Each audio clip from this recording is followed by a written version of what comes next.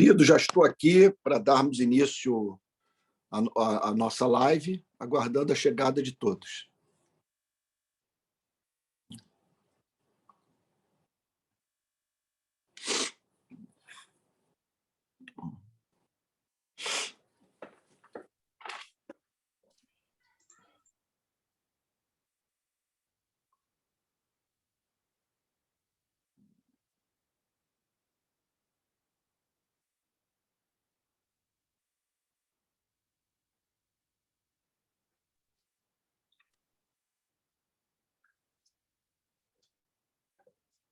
Boa noite. Boa noite, Pepe. Tudo bem, Antônio? Obrigado pela pontualidade. Imagina.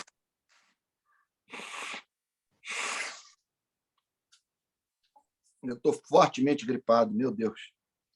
Ah, é? É, Você quer terminar antes, então, para não forçar muito?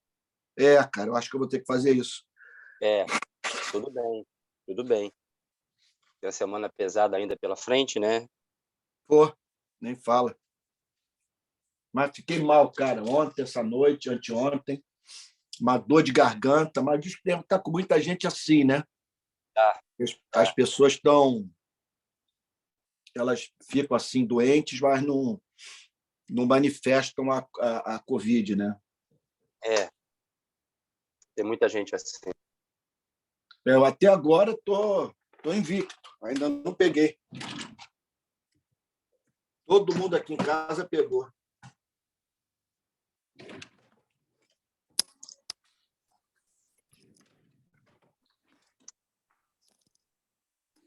Boa noite, pessoal. Heloísa, Mário, Edu. Deixa eu pegar aqui um lenço, que o meu lenço de papel acabou. Só um minuto. Tá bom. Bom, como vocês estão vendo, Antônio não está bem, né? Saúde. Então a gente vai terminar antes, tá?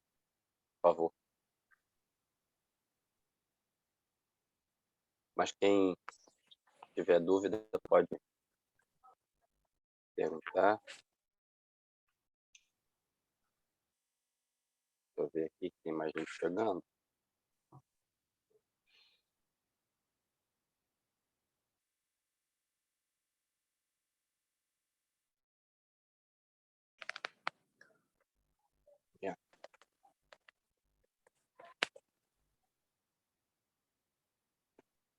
Que camisa feia, hein, Pepe?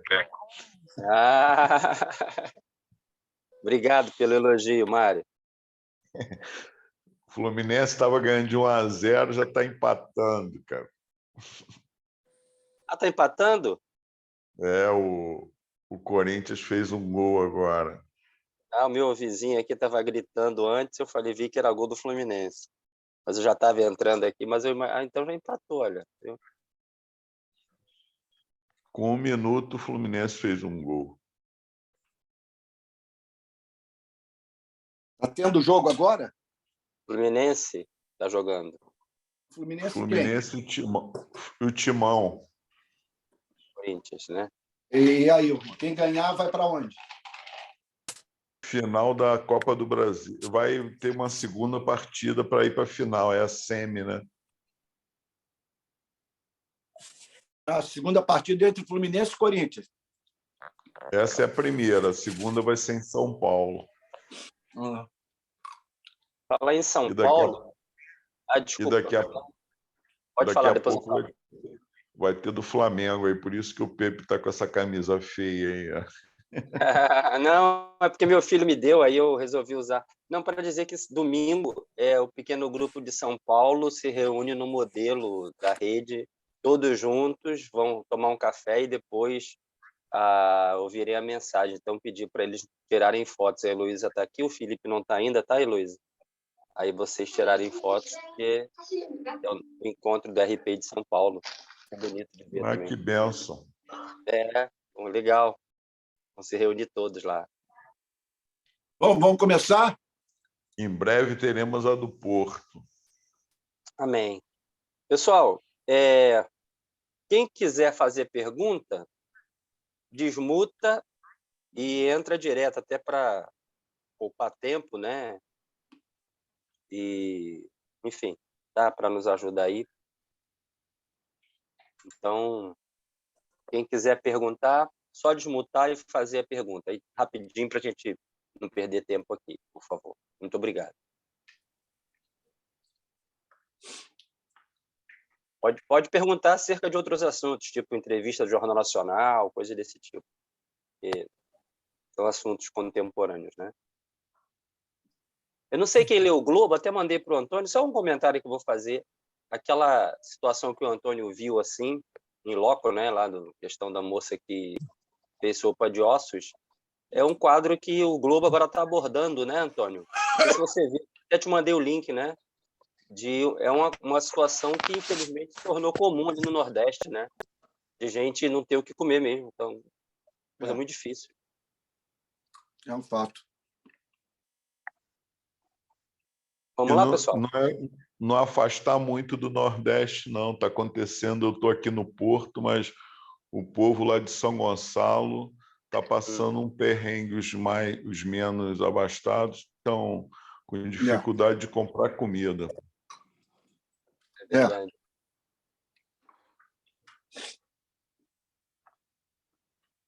Muitas fotos com o celular. Vocês estão vendo que a câmera frontal está quebrada? Pulou sozinho no chão? Heloísa, o seu celular pulou sozinho no chão, não entendi. Tem vida Não, própria. estou aqui. Então vamos lá, pessoal. Jason, bem-vindo. Nunca tinha te visto aqui, Jason.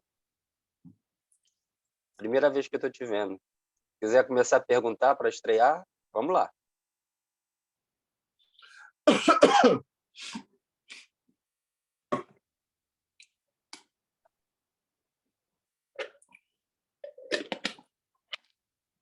Não tem pergunta aí?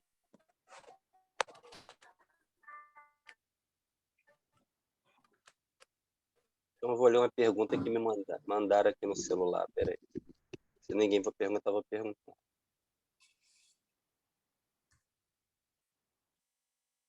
Pergunta é a seguinte, Antônio, o que você achou das duas... O que eu falei, né? Das duas primeiras entrevistas de candidatos no Jornal Nacional. É uma pergunta. Assim, ficou claro, foi o que eu falei nas redes sociais, né? Primeiro que o Bolsonaro não teve um comportamento que eu chamaria de um comportamento próprio de um estadista cristão, pelas razões que eu apresentei no vídeo que viralizou aí, né? E também me surpreende o fato de como que os pastores continuam permitindo que a imagem de Cristo, o conteúdo do evangelho estejam associados ao Bolsonaro, e nas horas que o Bolsonaro se comporta de uma forma tão anticristã, esses pastores não se manifestarem. É impressionante a falta de zelo pelo evangelho.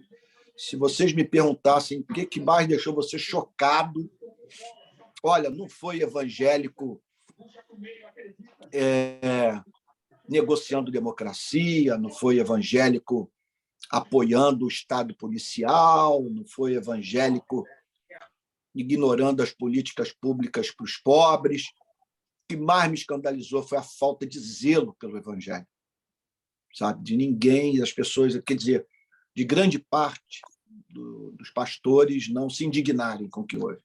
O comportamento do Bolsonaro foi muito ruim, ele foi muito agressivo. É bem verdade que o William Bonner e a Renata foram bem contundentes com ele, mas é aquilo, ele é o que ele pode esperar das pessoas, porque ele é assim com todo mundo. Ele é muito duro, né? Ele semeou isso, está colhendo, né? Agora, então, aquele assunto do Alexandre de Moraes, que ele é muito triste, né? Um candidato que se diz, né, que a igreja apresenta como seu representante, chamar um ministro supremo de canalha numa manifestação pública para milhares de pessoas na Avenida Paulista de São Paulo, isso é muito grave, sabe? Fora o histórico dele de ofensas, né, sem que ele tenha se procurado as pessoas para publicamente pedir perdão a elas. Bom, e é tudo aquilo que eu falei no vídeo. Quem não assistiu, dá uma olhada lá. né? E o Ciro Gomes, ontem, ele demonstrou conhecer o país, ele tem uma longa vida pública, ocupou os mais diferentes cargos, né? Então, foi governador do Ceará, não sei se ele foi prefeito de Fortaleza, mas foi governador do Ceará. Depois, ele ocupou vários postos no parlamento brasileiro, no poder executivo, ele tem uma longa experiência, mas ele não se comunica com milhões de pessoas. A linguagem dele não atinge grande parte da população brasileira, né? E a disparidade, né, a distância dele para o Bolsonaro é um negócio gritante, né? É gritante. Do ponto de vista da capacidade, da formação intelectual, do conhecimento dos problemas sociais que nos afligem, né? Do ponto de vista também do projeto de governo, né? Então, os bolsonaristas é difícil entender por que eles não migraram para o Bolsonaro, né? Já que para o Lula, quer dizer, o núcleo duro do bolsonarismo é inimaginável, né? Que apoia o Lula, mas insistir com Bolsonaro tendo um candidato, né? Que é um candidato que, inclusive, no segundo turno ganharia do Lula. Com isso, eu não estou dizendo que eu vou votar no Ciro, sabe? Não estou dizendo isso. Sabe?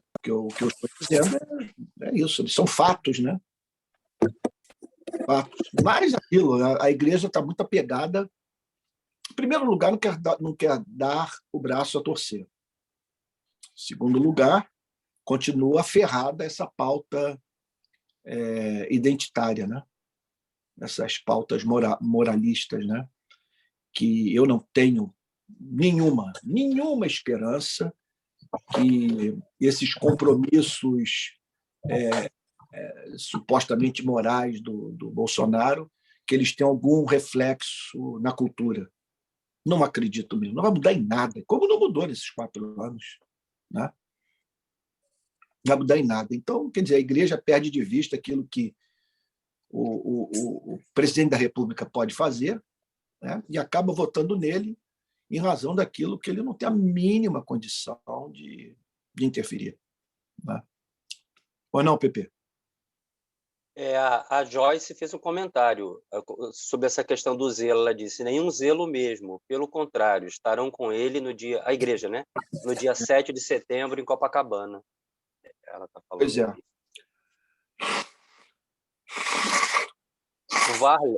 O Varley diz o seguinte: Antônio, o que você achou também dessa mudança da abordagem diferente de 2018 dos entrevistadores? Acho que ele está se referindo à forma como a entrevista como discorreu a entrevista no Jornal Nacional, comparando 2018 com essa.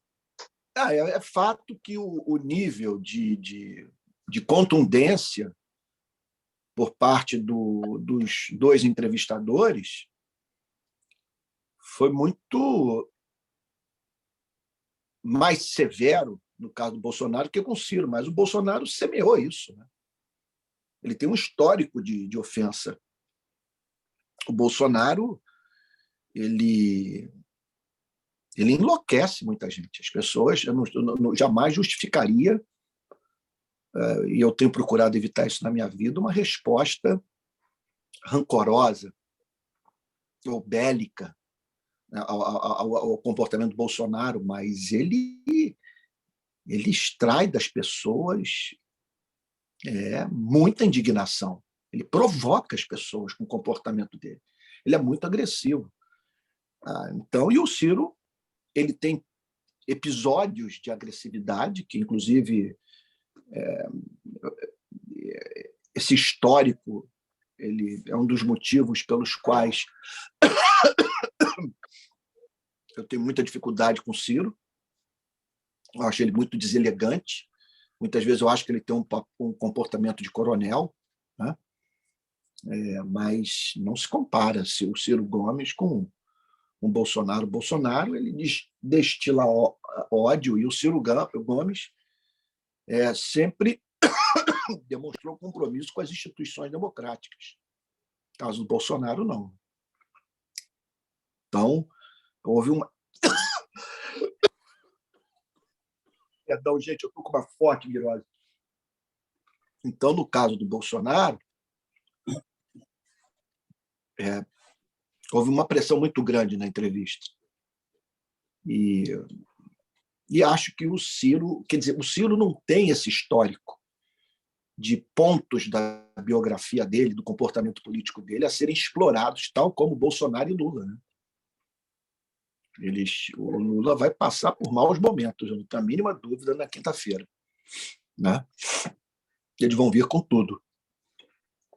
E com Bolsonaro não podia ser diferente. Né? A Diva fez um comentário aqui. Ela disse assim: mesmo assim, a impressão dela, a entrevista foi combinada. O que não podia nem citar já estava fechado. Alguns temas, de fato, que se esperava que fossem abordados não foram. Você ouviu, viu, Jamar? Eu soube que o Bolsonaro estabeleceu como condição que a TV Globo não mencionasse os escândalos de corrupção envolvendo a família, né? As acusações que pairam sobre os filhos do Bolsonaro. Então, não sei se houve isso com o Ciro, mas com o Bolsonaro foi escancarado. Agora, a impressão que dá, e é o que está sendo falado, é que a entrevista não deu voto, nem tirou voto do Bolsonaro. E pode ser que sim. Agora, eu acho que o Ciro, pelo menos na classe média, ele pode ter roubado alguns votos do Lula e alguns votos do Bolsonaro, mas não a ponto de interferir no destino dessas eleições. A impressão que eu tenho é que, exceto se ocorrer uma hecatombe política, nós vamos ter uma disputa acirrada entre Bolsonaro e Lula, com grande probabilidade de um segundo turno, com um favoritismo para o Lula. Esse é o quadro que hoje se afigura. Agora, temos um mês de batalha campal, batalha sangrenta, né? De muitas notícias falsas, de vídeos, de memes que vão circular nas redes sociais, né? E um mês também que fatos podem aparecer. Né? Pode ser que eles estejam guardando alguma, conforme se costuma dizer, alguma carta, né, para apresentar em setembro, mas não sabemos.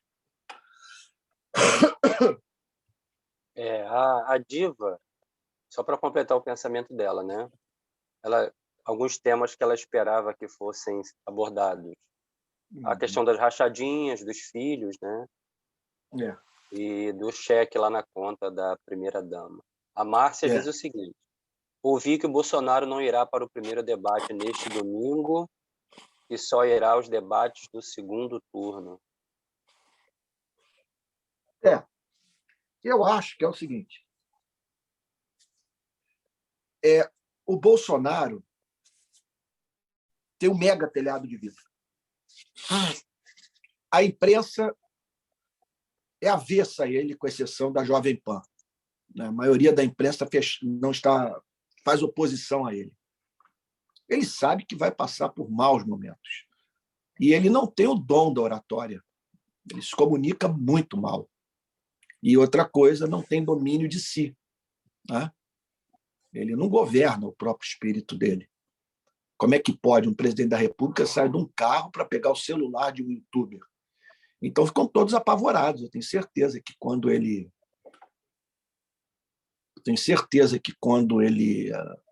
vai, eu acho que o PP está precisando ser readmitido aí, não? Oi? Desculpa, gente, eu caí, mas voltei. Foi minha internet. Então tá bom. Então é isso, né? Eu acho que há esse temor. Então, ele só participaria, talvez, de todos se as pesquisas estivessem dando uma vitória esmagadora do Lula. Aí ele usaria de tudo. Mas se ele está vendo que a coisa está caminhando para um segundo turno, Pode ser que ele não queira desgaste, né? A pandemia pegou muito, foi muito ruim. A pergunta que o William Bonner fez para ele sobre a pandemia deu margem à utilização de muitas imagens dele durante, né, os anos de 2020 e 2021. Imagens muito comprometedoras, né? Eu não sei, sinceramente, como que uma pessoa, diante desse comportamento tão sem alma, consegue votar nele. Mas é isso. Democracia é isso, né? A Ludmilla diz: eu me surpreendi dele comparecer à entrevista, pois tanto Bolsonaro como Lula não estão comparecendo a outros compromissos de entrevistas que eu tenho acompanhado. Ambos não estão respeitando o eleitor neste sentido. Muito triste. Não, Bolsonaro ele foi àquele podcast do Monarca. Na verdade, essas entrevistas, não há quem lucre mais com ela do que o Ciro Gomes. Porque o Ciro Gomes é inteligente, é articulado, né? O Ciro Gomes não tem o telhado de vidro do Lula e do Bolsonaro, né? Então, Lula e Bolsonaro, nessas entrevistas, eles têm que encarar questões muito graves, né? Gravíssimas, e perguntas irrespondíveis, né? Você vê que o Bolsonaro fugiu das principais, né? Dando respostas que, na verdade, não, em nenhum momento representaram um tratamento objetivo, né? A pergunta que foi feita.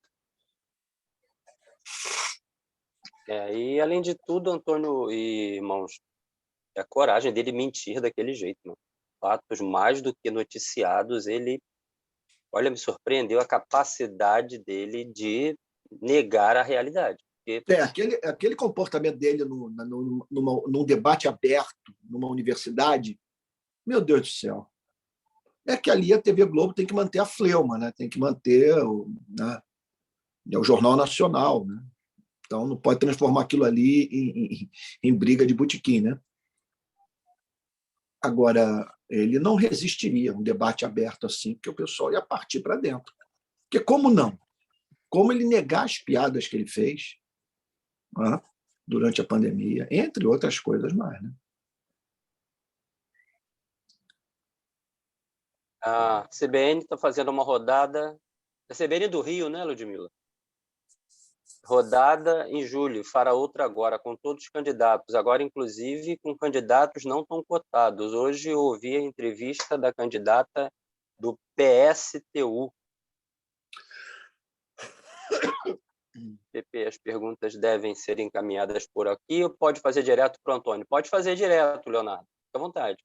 Eu acho que uma situação complicada também, quer dizer, complicada, né, que demanda, que vai ser fundamental, né, que vai, assim, é o Ciro não indo para o segundo turno, para quem vai migrar o voto do Ciro, né? Isso também pode se tornar decisivo no segundo turno, se rolar segundo turno, né? Mas qual é a outra questão? O Leonardo acho que vai fazer direto. Bem-vindo, Leonardo. Boa noite. Pode desmutar e fazer. Boa noite, Leonardo. Tá beleza, Pepe? Boa noite, Pepe. Boa noite aos irmãos. Boa noite, Antônio. Bom, só para gracejar, eu achei que o Antônio ia desvendar o mistério do que a mídia internacional está tentando entender, que é a palavra tchutchuca, né, do Centrão.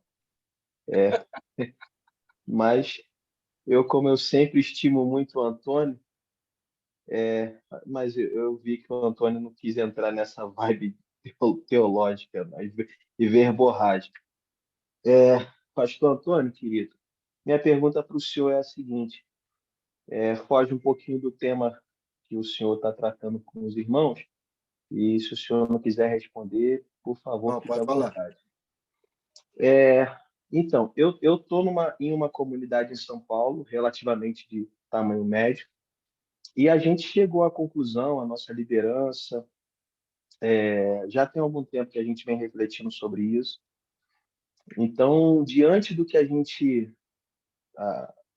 a teologia que a gente vem abordando, nós somos uma comunidade batista, mas eu sou de linha reformada. E com o tempo que eu venho acompanhando o ministério do senhor, já tem bastante tempo, isso trouxe muitos efeitos na minha comunidade. Nós tínhamos muitos cultos, passamos a ter um culto somente dominical pela manhã. A vida da comunidade ficou mais saudável, se achegaram mais pessoas. E a minha pergunta para o senhor, objetivamente, são duas, e se der para o senhor respondê-la, eu ficaria grato. A primeira é a seguinte: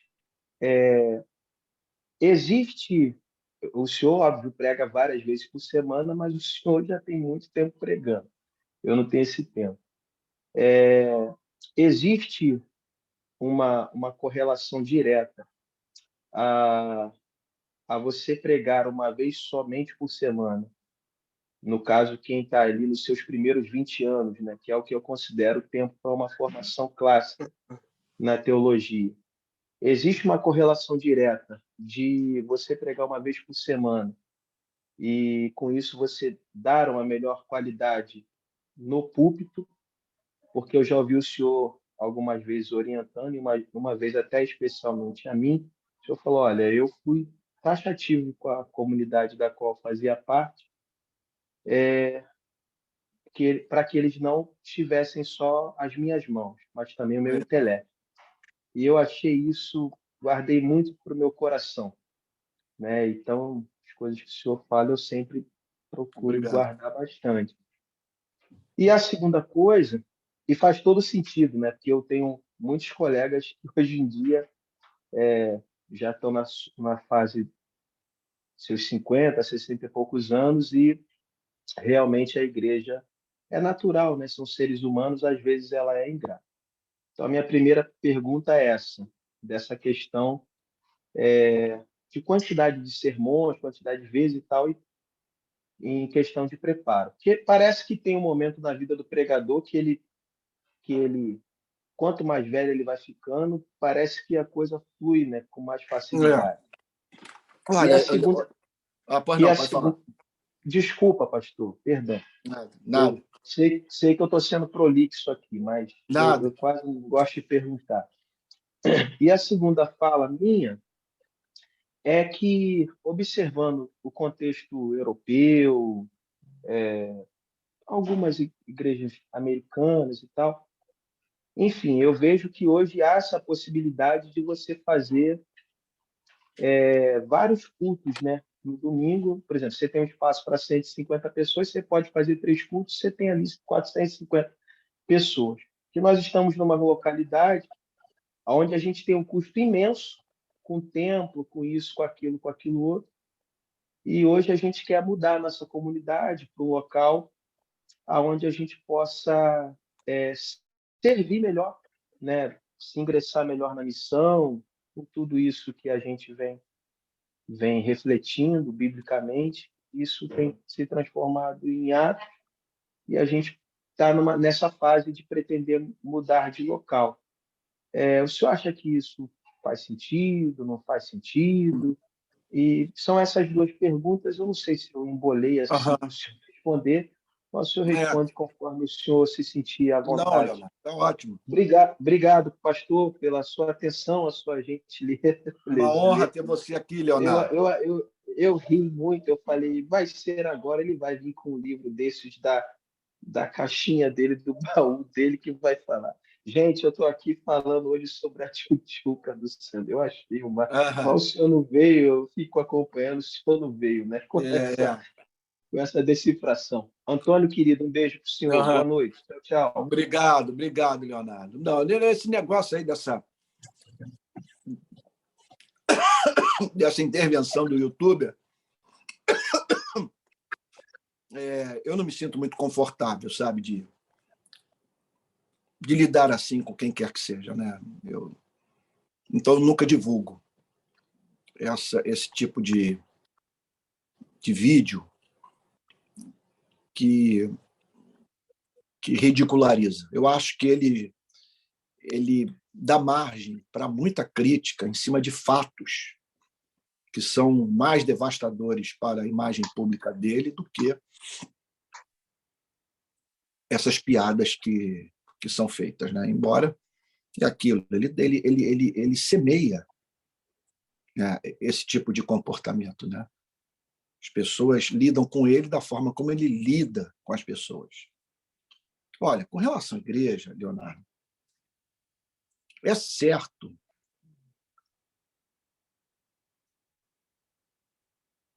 que as igrejas sempre terão que lidar com suas crises. É da vida da igreja a experiência da crise, da ameaça, da divisão, das contendas entre os irmãos, das dificuldades de interpretação da Bíblia, ou da aplicação da Bíblia na realidade, entre tantas outras questões mais. Por isso, as epístolas foram escritas por Paulo para tratar de problemas das igrejas locais. Agora, há problemas que nós enfrentamos que são problemas construídos socialmente pelo protestantismo brasileiro.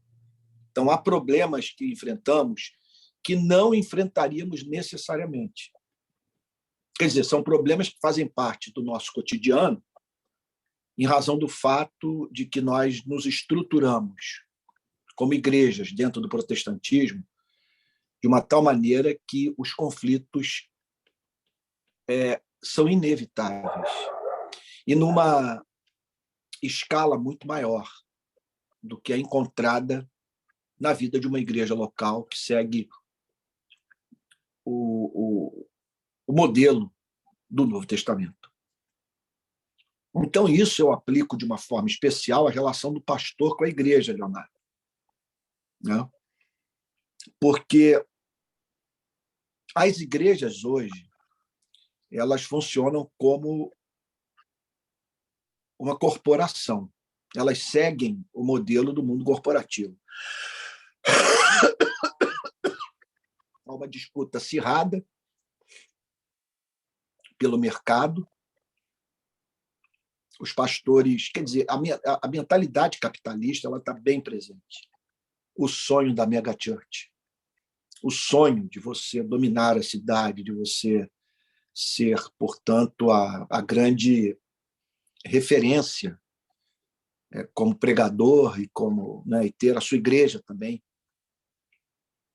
exercendo esse protagonismo. Então, ficam todos focados nisso. E aí há uma disputa muito grande e como consequência disso, a criação de inúmeros departamentos para você oferecer mais serviços aos de fora do que os demais, ganhando essa batalha, essa competição. Bom, isso remete o pastor, Leonardo,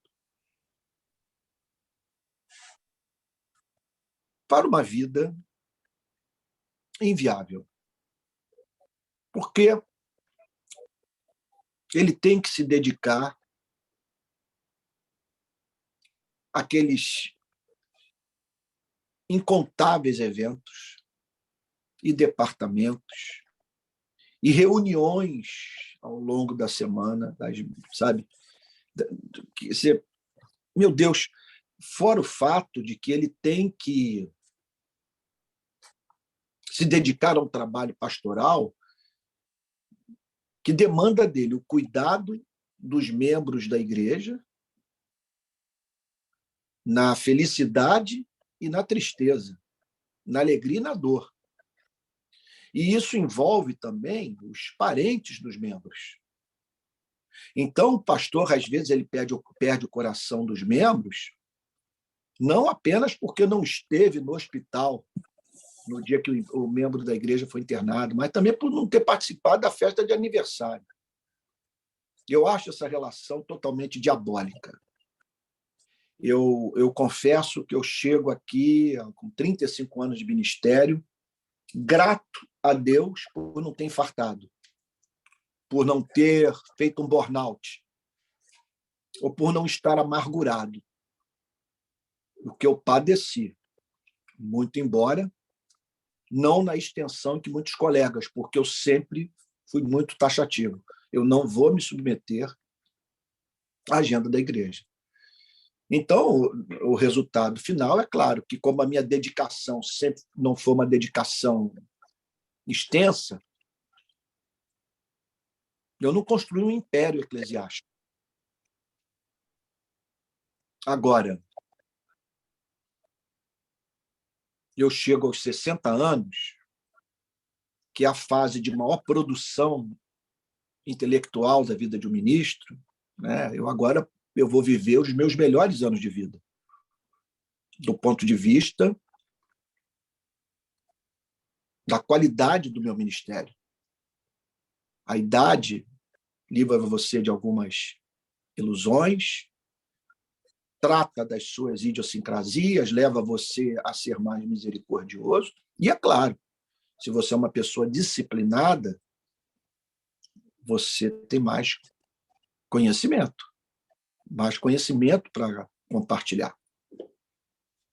E eu fui testemunha de pastores que caíram no ostracismo, chegaram na velhice, que foram abandonados, esquecidos, porque eles passaram a vida inteira administrando a igreja, né? Despreocupados de investir em si mesmos. E, nesse ponto, a igreja é muito cruel. Se as pessoas percebem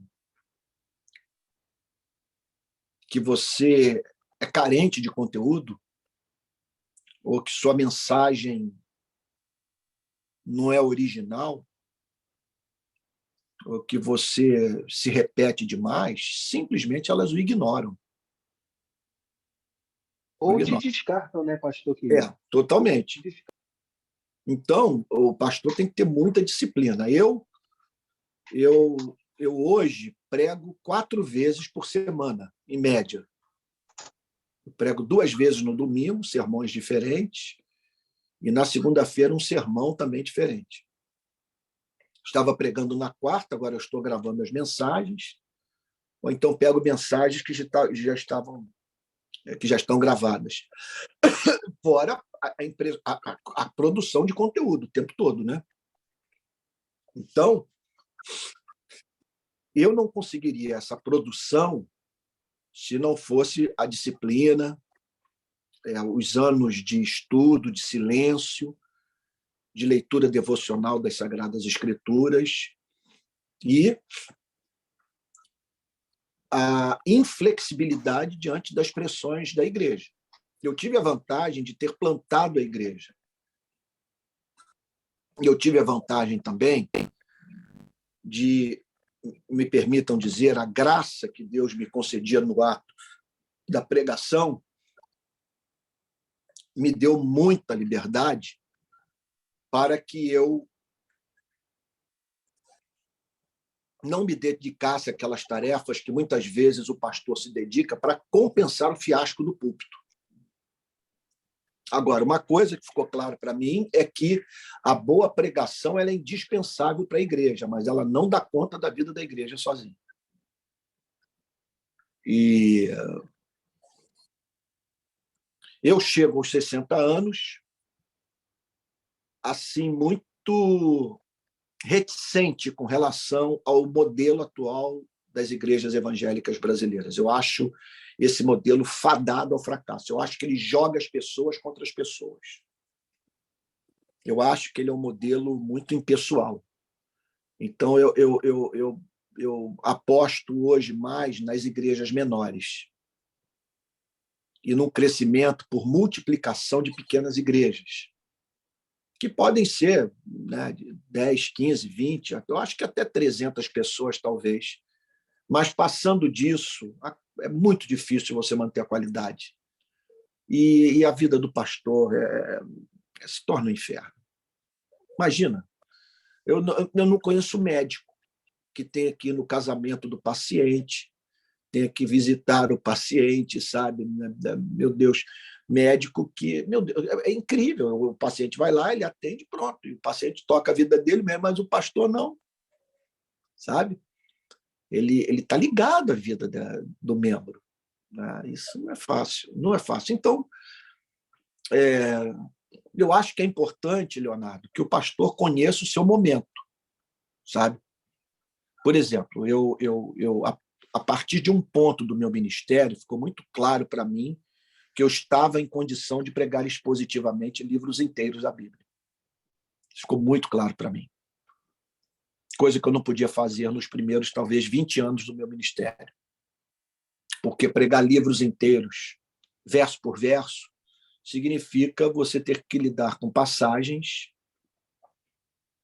que são um desafio à sua capacidade interpretativa ou de confeccionar sermão, de você olhar para o texto e dizer o seguinte: o que eu vou tirar disso aqui?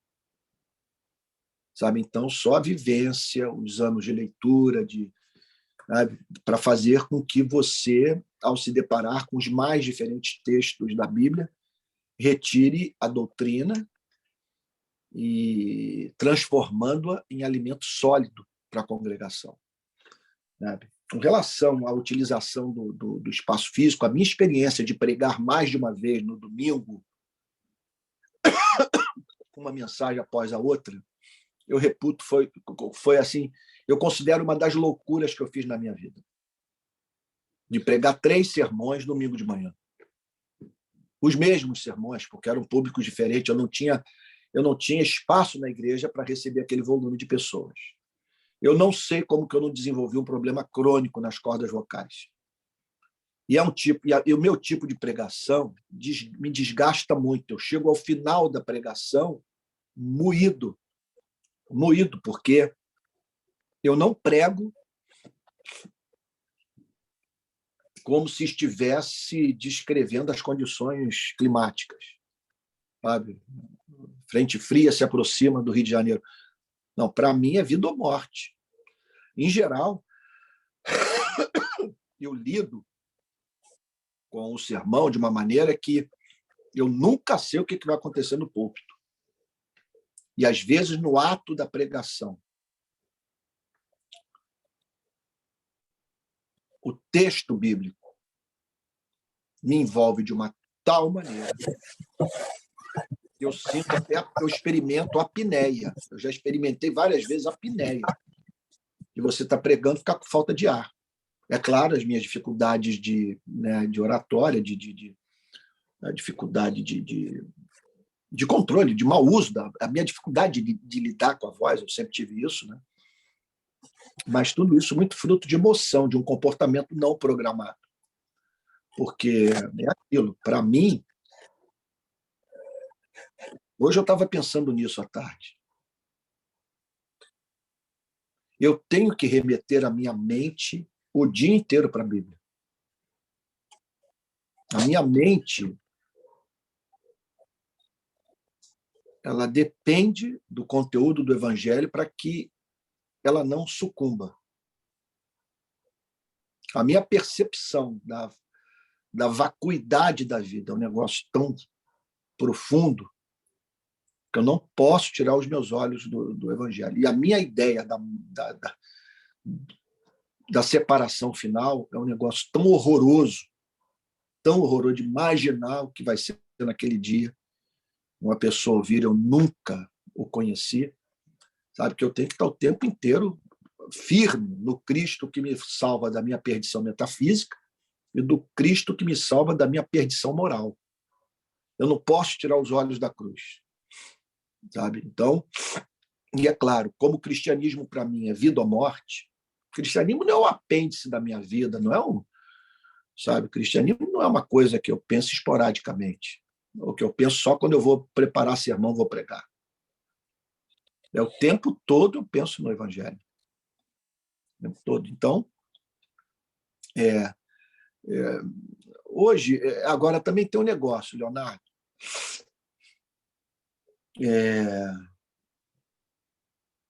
Nós estamos hoje perante um fato novo, que é o advento das redes sociais e a crescente qualidade e o crescente aumento e a crescente melhoria na qualidade das transmissões. Então, eu acho que hoje nós estamos perante um fato novo e que demanda elaborarmos uma outra eclesiologia, porque tudo isso aí está em movimento, né? Ainda hoje eu via uma aula de um professor marxista, eu estava doente, então, para mim, quer dizer, estou doente, então, para mim, ler é mais difícil do que ver um vídeo. Então, eu peguei um professor que eu respeito muito, e ele é uma aula na UNB do professor José Paulo Neto, em que ele fala sobre o método de Marx. E ele dizendo que o método de Marx consiste na reprodução ideal do movimento real dos objetos. Então, a realidade das sociedades humanas ela é mutável, está em constante transição. Então, o método de Marx se propõe a entender essas transformações. É um instrumento de análise das mudanças sociais, é o que Marx se propôs a criar. E a igreja está em constante mutação. E agora nós estamos diante desse fato. Por exemplo, esse encontro que nós estamos tendo nessa noite. Pergunto a vocês, de todo o meu coração, precisávamos estar numa mesma sala para conversarmos nessa noite? Sair de carro, de casa e tal, ainda que, é claro, pressupondo que morássemos na mesma cidade. Sabe? Como considerar esse encontro que eu estou vendo vocês, estou vendo a expressão, estou aqui a Ludmila, sabe, diante de mim, sabe? Os seus lábios pintados de vermelho, né? Aí, estou vendo a Heloísa também, com seu sorriso maravilhoso, estou vendo você, Leonardo, o Pepe que eu vejo sempre, né? Aí com essa camisa horrorosa, que é uma falta de respeito pelo ministro. O outro Concordo, também, pastor. Caindo me agride menos, mas o flamenguista é um negócio muito triste. Sabe? Então, é claro, nós temos que pensar nisso. E aí, quando eu comecei o ministério, Leonardo, vamos lá, vou ser franco com você. É claro que eu queria um auditório cheio. Eu sabia que Deus havia me concedido graça para pregar. E por isso nós construímos um templo, né, de um bom tamanho lá na Barra da Tijuca. Agora, hoje, com o advento das redes sociais, domingo passado, Leonardo, eu preguei, olha, vou te dizer, talvez para 5 vezes mais o número de pessoas que eu pregava na minha igreja. É a mínima dúvida. E pessoas dando testemunho aí, que estão tirando grande proveito das pregações online. Eu nunca mais vou me esquecer, quando eu comecei a rede, de uma mensagem recebida por uma irmã dizendo o seguinte: olha, eu frequentava a igreja, eu sofro de paralisia lateral, com muita dificuldade ao culto, mas a partir de um momento eu cheguei à conclusão que não estava me dando retorno. E obrigado, porque por meio das suas pregações online, eu estou me sentindo alimentada espiritualmente de novo. Aquilo foi muito importante para mim. Sabe? Então, hoje, Leonardo, se eu fosse começar hoje, com 20 anos de idade, tal como eu comecei meu ministério, eu, de modo algum, seria pastor de uma igreja grande. Uma igreja gigantesca, sabe? Assim, de ter 500 pessoas esperando que eu as visitasse e estivesse com elas na alegria e na dor. Isso é uma loucura completa. Então, eu apostaria num ambiente muito bem decorado, muito aconchegante, com uma luz, uma iluminação muito agradável, um lugar que as pessoas que comunicassem aconchego. Uma igreja pequena e com altíssima qualidade de transmissão dos seus cultos. Hoje, se eu fosse começar, faria isso. E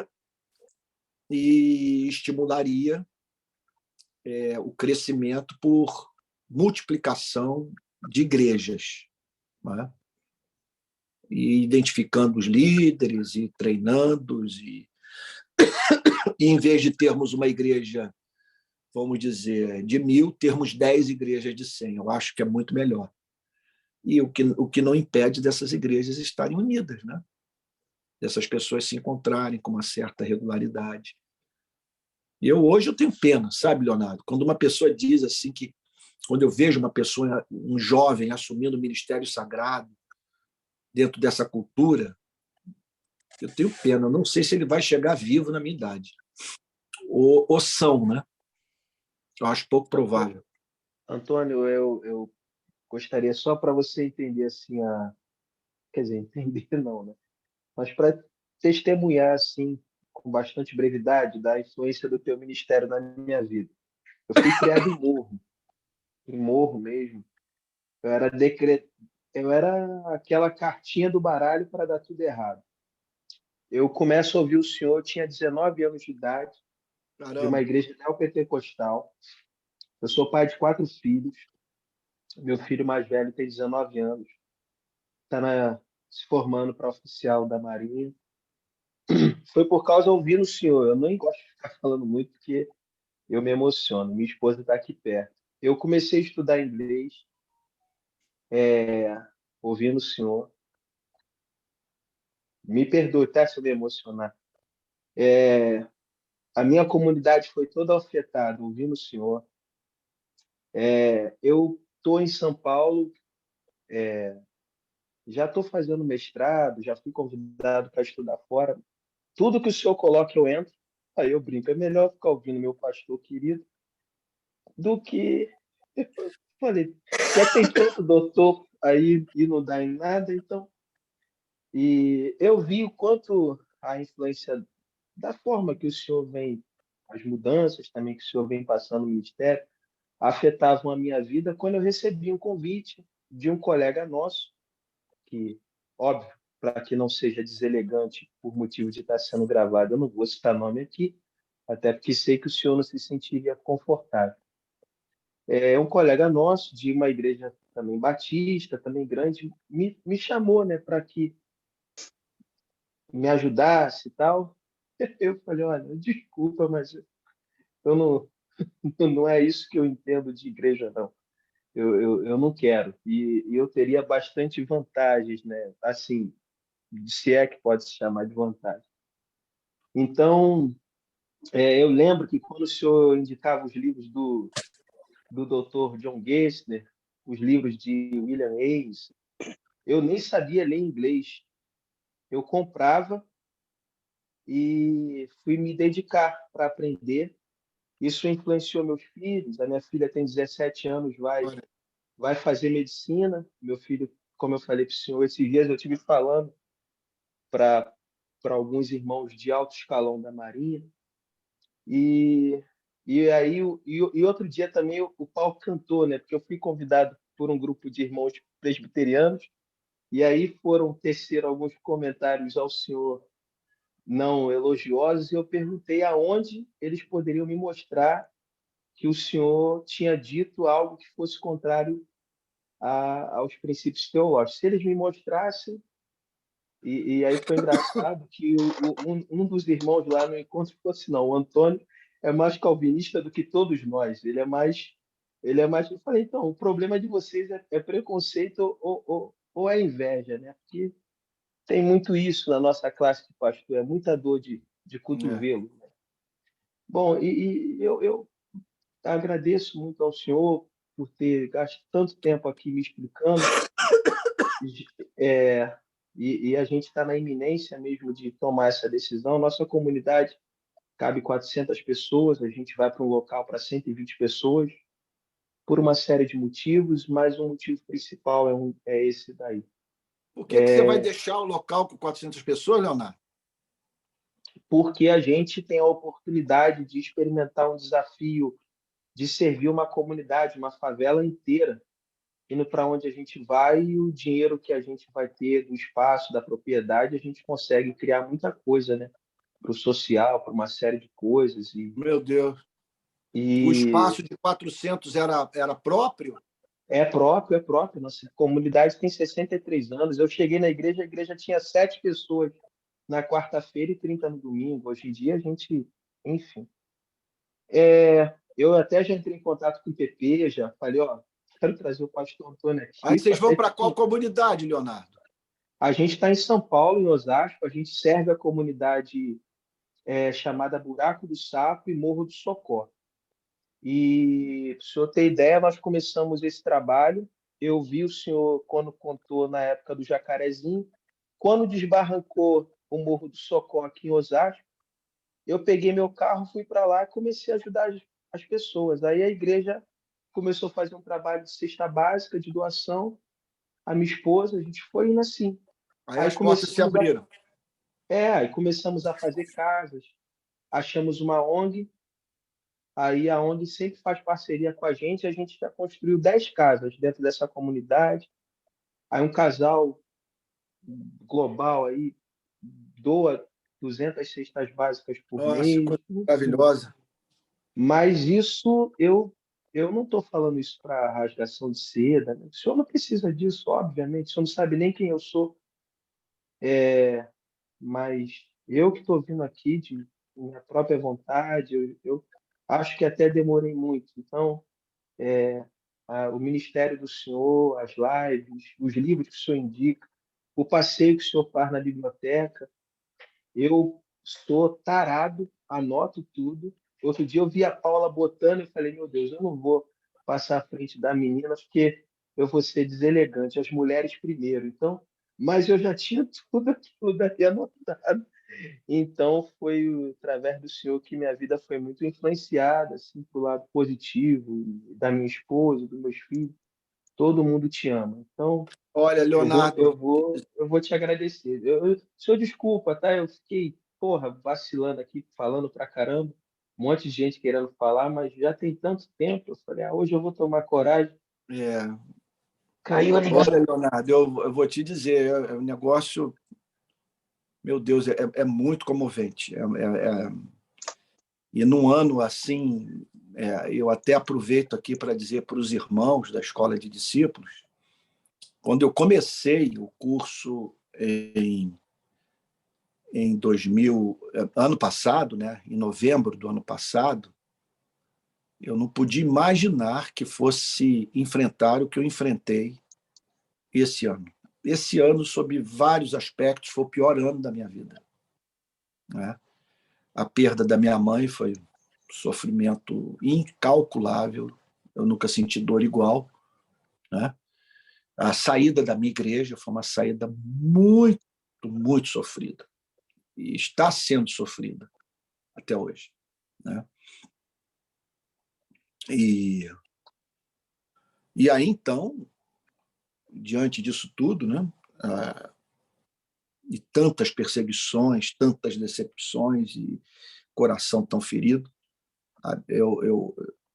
foi pela graça que eu consegui trazer os nossos encontros até aqui, né? E hoje eu estava conversando com o pessoal da Rubla e eles disseram que ninguém faz o que eu fiz, né? De marcar encontro semanal com os alunos. E agora, para mim, foi um deleite, né? Está sendo deleite, tenho aprendido muito. O material está sendo gravado e está ajudando as futuras gerações de alunos, né? Mas num ano assim de muito ataque, você entra nas minhas redes sociais, olha que eu leio 10%, mas dos 10% que eu leio é tanta maldade, é tanta inverdade, é tanto julgamento, sabe? Que no meio disso tudo, você tomar conhecimento do testemunho como o do Leonardo, que me parece que saiu, né? Deve ter caído a ligação, é uma coisa do Espírito Santo, né? Para enxugar toda lágrima, né? E fazer com que você não desista, né? Desista, né? Então, graças a Deus por ele e por vocês. Eu sei também que há um laço de amor, né, real que nos une, né? PP, tem mais alguma questão? Não, só para dizer, Antônio, Leonardo, nós temos conversado, eu e ele, né? Ele entrou em contato comigo, e aí eu falei dele para o Felipe, inclusive, né? Pessoal lá de São Paulo, para, enfim, poder se aproximar. Ele tem um trabalho bonito lá, né? Aí, claro, precisava de tempo, né, para ver se conseguia organizar para essa mudança deles, para você ir até a igreja deles lá. Outra coisa que eu estava falando, eu estava lembrando, naquele tempo lá na IP Barra, que tinha culto de oração 8 da manhã, aí você ia, É, aí tinha culto de 9 às 11, de 11 às 1, no mesmo é, domingo. é verdade, Eu é lembrei verdade, agora.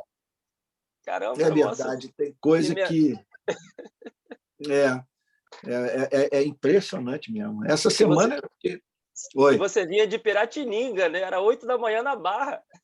era um negócio complicado. Meu Deus, só a graça.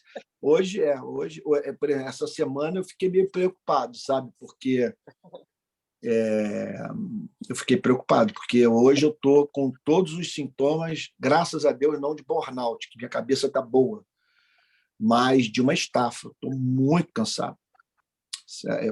Meu desejo hoje foi de ficar debaixo da coberta, deitado, tentando me recuperar, que eu estou muito, muito moído. Sabe aquela coisa assim de você não estar cansado da obra, mas estar cansado na obra.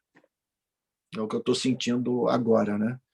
E ainda sem perspectiva de descanso, porque só Deus sabe o que vai acontecer nesse país no mês de setembro, né? Nós temos aí agora um mês complicadíssimo, eleições altissimamente polêmicas, né? E um segundo turno que, se houver, e é claro, não dá, eu não consigo me omitir. Eu acho que esse é o momento, vou te dizer, olha, eu nunca tomei tanto horror a esse tipo de espiritualidade que o sujeito assim parece que está de bem com todo mundo. Você olha para ele, você diz, está aí, olha, não brigou com ninguém, não se indispôs com nenhuma pessoa, sabe? Demonstrou estar do lado de todos e aquela coisa toda. E eu fico pensando, meu Deus, e eu lá na ponta, tendo que sujar minhas mãos, né? Tendo que botar a mão nessa história toda, né? E correndo o risco de ser mal interpretado, né? Como tem acontecido, né?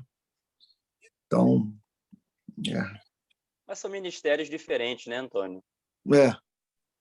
é, Os chamados são diferentes também, pelo menos eu penso, assim, uma também questão tem de isso. chamado de João Batista era diferente até do apóstolo Pedro, né? Então, É, é isso. hoje eu chego a essa fase da minha vida, eu assim, mais para João Batista do que por um sacerdote dentro do templo da sinagoga. É isso. Você imagina João Batista na sinagoga ou no templo. Não cabe, não funciona. Sabe? A ênfase dele é outra. Né? Eu acho que Deus me tornou hoje João Batista, né? Assim, mais para estar aí nas ruas e falando, né? Vamos ver. Deus vai.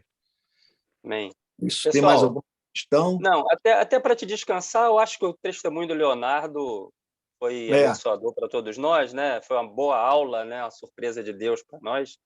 E são 9 horas, você está tossindo muito, Antônio. Então, vai muito descansar. obrigado. Eu vou Tá comer bom, alguma pessoal? coisa e vou dormir cedo, Tá bom. sabe? Boa noite aí para todos, pessoal. Vou dormir cedo. Olha, obrigado. Eu quero dizer que esse convívio com vocês, eu acredito que se eu os encontrar, eu vou manifestar o amor que eu estou sentindo. Eu sei que você falar de um amor virtual pode soar como fantasioso, mas o amor dos irmãos por mim, pela verdade, me faz pensar que se eu encontrar com vocês, com a Heloísa, novamente com o Felipe, com a Ludmila, o Leonardo agora, meu Deus do céu, não tem como abraçar. E não deixar de abraçar. E, Leonardo, eu tendo agenda para São Paulo, se Deus permitir e o irmão quiser, vai ser uma honra conhecer a comunidade. Né? A honra é nossa, pastor querido. Eu quase fui para a De- eternidade. Eu quase fui para a eternidade em Osasco, Leonardo. Deus me livre, que isso, Foi pô? naquela época da Vivendo aí no Rio, senhor, pô. A gente carioca vê o senhor aqui. Pastor, teve uma chacina aí minha e bateria tinha acabado, tá? Então por isso eu que entendi. é, É, foi, Foi o demônio, foi o capeta que quis me atrapalhar aqui. Tá bom. Essas camisas aí também trazem muito peso espiritual para a reunião, né? Você vê aí na minha tela aqui, tá um do lado do outro, sabe? Tá as duas camisas assim diante dos meus olhos. Meu Deus do céu, que coisa horrível. Sabe? Olha, eu vou até usar um álcool gel que eu comprei nos Estados Unidos, sabe? Comprei por $2.000 lá na Quinta Avenida. Esse aqui te desinfeta tudo, rapaz. Isso aqui é a purificação total de todo mal. Né? Mas aí, então, é isso. Irmãos, fiquem com Jesus, tá? Fiquem com Deus. Uma boa noite, tá? E semana que vem teremos mais aula e novo Zoom.